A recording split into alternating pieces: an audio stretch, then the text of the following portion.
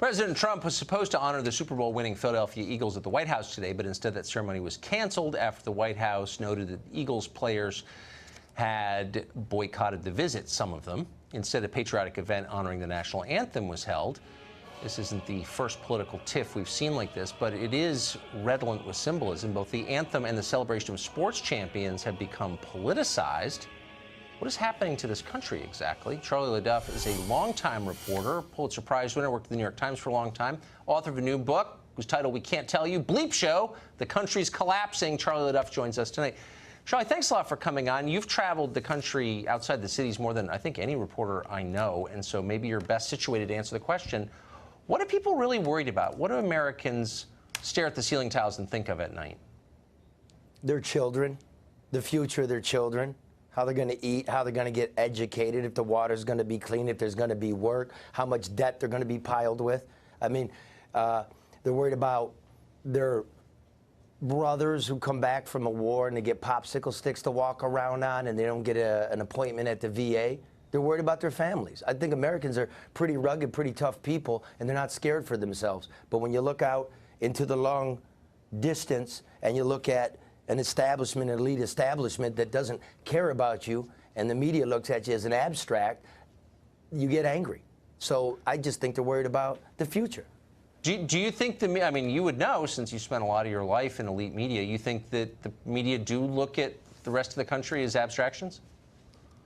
Don't you think? Don't you think we got caught out and the media apologized for not understanding what was happening, and then they're going to they promised to double down and get to know the people, and yet they haven't, because the split screen has turned into an octagon and the desk is now two desks with the host walking in between, and this guy over here keeps trying to put makeup on me and I don't want it.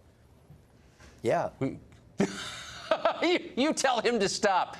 I was like, come on, man, I don't wear makeup. But what about that? I mean, that's kind of a great question that I'd forgotten, to be completely honest. After November, there was this feeling that, gee, we kind of missed the story. Maybe we should, get into that dark space between Georgetown and Malibu, but no one ever did. I mean, you live in the Midwest.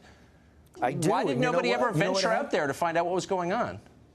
Well, because it's too hard. Because you'll go there when Flint's poisoned, but you don't come later when it's kind of not poisoned, right? What happened to Flint? Come on back. Or let me just say this. It wasn't it's not a great white menace, right? You know how many people were at Charlottesville? You know how many of these racist baboons were there?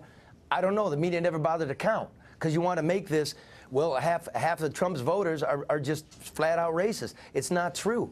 9 million of them voted for Obama, and 4 million blacks decided not to vote because they're not going with the establishment, elite, crooked Hillary. They just weren't doing it. And so, again, it's about jobs. It's about work. And I know, unemployment's low, but what's it paying? What are wages really doing? What's the wealth look like? How come so many people live in apartments? It's serious out there, and it goes all the way from Boston to Bakersfield. And it's time y'all come out, take a look, and spend some time, some real time. What do you think the biggest story we're missing is from the cities? From there's no loot, dude. That,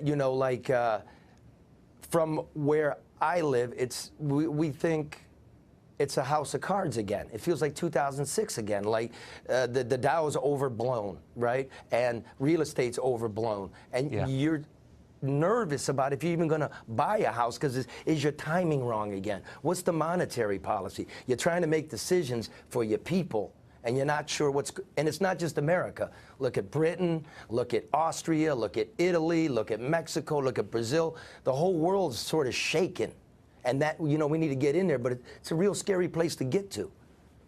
I totally agree with that. I feel that way, too. I can't quite put it into words, but I know that you're on to something. And I haven't read your book, but I'm going to, because I read all your books. Charlie LaDuff, thank you for that. Everybody says that. Thanks, brother. Everybody said, and they're right.